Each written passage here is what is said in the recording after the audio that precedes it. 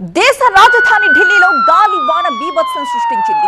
ఎడతెరిపి లేకుండా 2 గంటల పాటు గాలివాన బీభత్సం చేసింది. అకాల వర్షాలకు 4 మృతి చెందారు. దేశ రాజధాని ఢిల్లీలో ఎన్సీఆర్ ప్రాంతాల్లో తెల్లవారుజామున గాలులతో కూడిన భారీ వర్షం కురిసింది.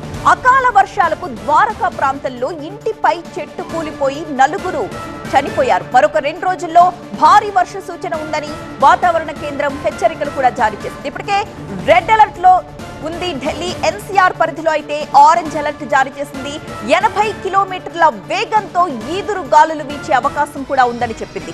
ఢిల్లీలోని Dwarka, Kanpur, South Extension, Ring Road, Mint Road, Lajpat Nagar, Motibagh ప్రాంతాలు ఎడతెరిపి లేని భారీ వర్షానికి నీట మునిగాయి.